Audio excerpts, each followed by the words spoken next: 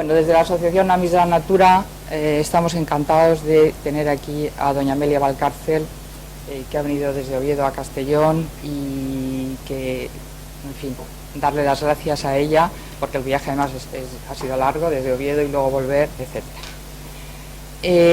Bueno, tenemos contacto con el ayuntamiento, con amigas que están por aquí y, bueno, el tema de la mujer, el tema de feminismo, nosotros en la Semana Alternativa lo habíamos tocado poco, esa es la verdad.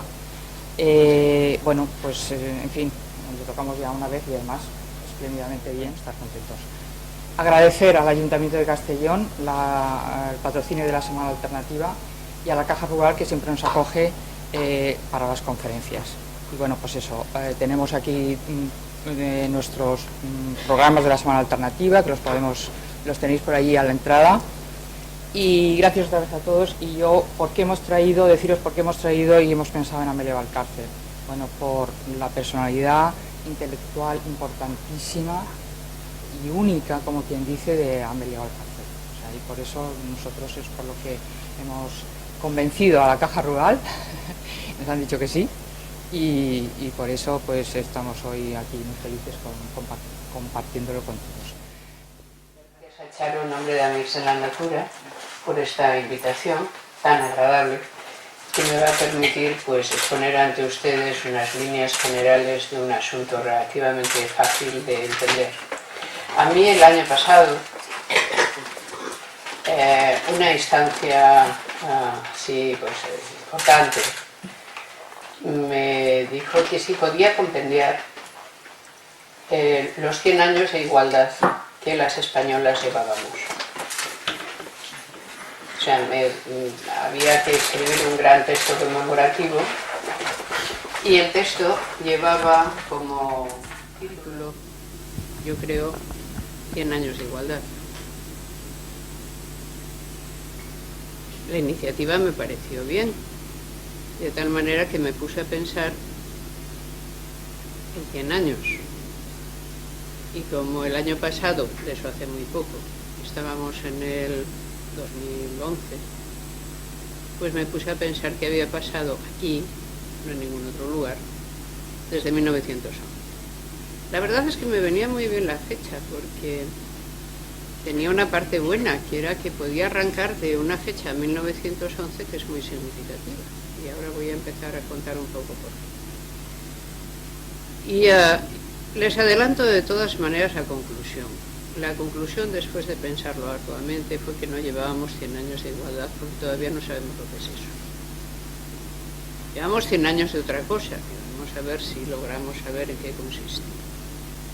Pero era demasiado optimista presuponer que llevábamos 100 años de igualdad. A lo mejor dentro de 100 años, que lamentablemente no estaremos allí, pues alguien puede decir que haya pasado en esos 100 años. Pero ahora lo que llevamos son 100 años de otra cosa. Y yo en particular quiero centrarme en un tema, porque quizá es un tema que yo me conozco mejor, que es cuál es la experiencia intelectual que tenemos las mujeres en este siglo. O sea, en un siglo que pudiéramos hacer pues del 2012, 1912 a 2012. ¿Cuál es la experiencia intelectual que hemos aprendido en ese siglo? O sea, que voy a empezar por ahí. ¿Por qué me pareció muy bien el 1911, pensando pues 100 años, es verdad? Porque hacía 100 años, el año pasado, de una cosa muy importante. El año pasado, a la altura de septiembre, o sea, hace unos meses, se cumplieron 100 años del momento en que las españolas fueron autorizadas a sentarse en las aulas académicas de la universidad. 100 años. No quiere decirse que no hubiera habido alguna mujer antes, sino que lo que se ganó hace 100 años, y fue por un decreto real, que se firmó en marzo y se puso, por lo tanto, en ejecución en septiembre-octubre, lo que se ganó fue el derecho a hacer una matrícula corriente. Porque ¿cómo se hacía antes la cosa? Las mujeres en España, por primera vez, fueron autorizadas a entrar en las aulas universitarias durante la Primera República. Se dice que antes hubo un caso extremo, que fue el de Concepción Arenal, que habría pasado por las aulas universitarias hacia 1848. Pero nunca sabes si esto es o no mito. Por lo siguiente, porque de Concepción Arenal, bueno, no hay manera de verificarlo, uno, y dos, se nos dice que fue forzada a acudir a las aulas universitarias vestida de varón. Y parece ser que hay algo de cierto en esto, lo cual sería verdaderamente extravagante. Porque imaginen un mundo donde está mejor visto el travestismo que el que una mujer pise en las aulas universitarias. Digamos, la distorsión de valor que ahí se organiza es tan fuerte que a mí siempre me resulta difícil de creer que esto haya sido posible. Así que, exceptuando a Concepción Arenal, que puede ser que después de todo sea cierta la historia de que fue vestida de varón a la Facultad de Derecho para cursar la carrera de Derecho, que de todas maneras no podía cursar, me explico. ¿Cómo fueron las mujeres admitidas a las aulas universitarias en este país y fuera de él? Porque las fechas coinciden en las grandes universidades europeas y en alguna americana. En las universidades españolas, dada nuestra tradición, la cosa empieza en la Segunda República y se hace de la manera siguiente. Una mujer tiene que solicitar matrícula al rector, el cual la concede si lo tiene bien. Pero para concederla, el rector pregunta a todo el claustro de profesores de la facultad para que todos ellos individualmente den un informe en el que aseguren que la presencia de esa señorita en sus clases no alterará el orden de las clases. De tal forma que cada profesor hace una cosa, pero por extraño que resulte, esto era una cosa a favor. Esto es, ¿quién iba a ser el catedrático que dijera que la presencia de una señorita en su clase iba a alterar el orden? Eso era imposible. El propio respeto impedía que se admitiera semejante posibilidad. Por lo tanto, todos firmaban que, por supuesto, la presencia de tal señorita en sus clases para nada iba a alterar el orden de las mismas. Pero esto lo tenía que hacer todos los años, a todos los profesores. ¿Qué obtenía a cambio? El derecho de permanecer en el aula, no el derecho de examen, no tenía derecho a examinarse. Y no tenía derecho, en consecuencia, a obtener un título. ¿Qué se adquirió primero? Pues el derecho a examen. Las señoritas estudiantes, las 6, 7, 8, 9 que había, obtuvieron el derecho a poder examinarse, una vez obtenido el cual quedaba el derecho al título, porque los títulos no se daban, es decir, se entendía que las mujeres iban a las aulas universitarias por su curiosidad intelectual, aquellas que la tuvieran, normalmente pertenecían a familias, digamos, del propio estamento intelectual, académico. Pero una vez desarrollada su capacidad allí, una vez incluso realizados los exámenes pertinentes, no se les concedía el título, pero no estaban autorizadas para ello. Por lo tanto, reclamar los títulos fue posterior a esto. Pero no crean que es que la Universidad Española tenía una peculiaridad. Hasta 1918 la Universidad Oxford, por ejemplo, no permitió que las mujeres estudiaran en sus aulas. Y Virginia Woolf todavía cuenta que cuando intenta entrar en la biblioteca, el bedel la para con el bastón, puesto así de usted no puede entrar aquí. Había una gran resistencia a que las mujeres desarrollaran un trabajo intelectual corriente. La resistencia luego se amparaba en todo tipo de razones, algunas, pues esta es la presencia de una dama en las clases altera las clases, y otras, pues, de matices eugenésicos, que las mujeres no pueden desarrollar sus cualidades intelectuales porque el cerebro y el útero están en una relación inversa, de tal manera que si potencian demasiado su cerebro, luego serán pésimas madres, porque el útero se les encogerá y cosas así.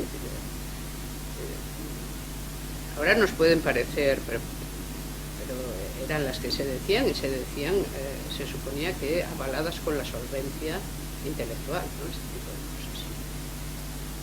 Las señoritas estudiantes, por seguir utilizando esta manera, que era como se las llamaba, las señoritas estudiantes tenían por lo tanto que acudir a las aulas y que se les hacía, no se podían sentar con sus compañeros porque se habría sido indecente. De tal manera que había unos sitios reservados para ellas en el estrado. Yo no sé qué es peor, si sentarte a nivel de base, ponerte ya en el estrado porque se te viera bien. Entonces las señoritas estudiantes tomaban sus apuntes y en los interregnos entre clase y clase, como era obvio que no se podían quedar allí, se las retiraba, el bedel las llevaba a una sala especial, realmente la sala de profesores o una sala adjunta donde se esperaban a que comenzara la clase siguiente. Eran recogidas y llevadas de nuevo al aula. ¿Para qué? Para que no sufriera su honestidad.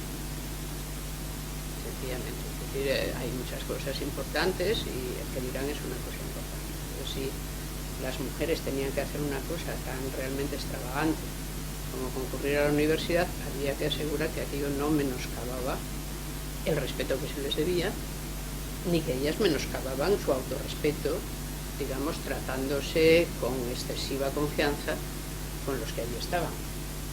Había una barrera enorme, que en este caso era una barrera de costumbre, ¿no? Una distancia muy grande. Pero dense cuenta que en el bachillerato, como no había institutos femeninos, sino que había solo institutos masculinos, uno normalmente en las capitales de provincia, lo que había era una barrera física, es decir, había una reja, y entonces las señoritas estaban delante y detrás estaba la jauría masculina, haciendo la bulla bien conocida, tirando papeles, en fin, estas cosas.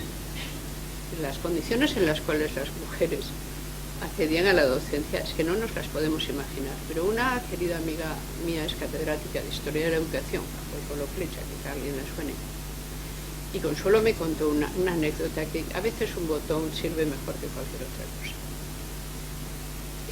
Van a ser dos, una es muy desagradable. Voy a empezar por la desagradable y luego, o no, sí, no sé. Bueno, empiezo por la desagradable. La primera joven que quiso hacer bachillerato en Sevilla tenía que acudir al lugar donde se hacía el bachillerato, que eran los institutos. Era una copia de los liceos, digamos, se copia la estructura francesa. Y entonces lo abandonó el primer año porque sencillamente sus compañeros le hacían una doble fila al salir y la escupían. Y cuando no pudo más, abandonó. Que no pudo más. Entonces, la desagradable va primero y así ahora ya nos vamos a la estrambótica. La estrambótica es la siguiente. Muchas veces para realizar las clases no había edificios hechos y entonces los únicos que se tenían eran los edificios desamortizados. Pues se habían dado las dos desamortizaciones. Y edificios eclesiásticos habían quedado vacíos y sin uso. Y algunos se dedicaron precisamente a hacer la nueva enseñanza. Y hay una anécdota divertidísima, que es en uno de estos edificios desamortizados en Aragón, solo había una joven en todo el curso de bachillerato, una chica. Y daban las clases en una antigua capilla. Y entonces a ella la tenían metida en el confesonario.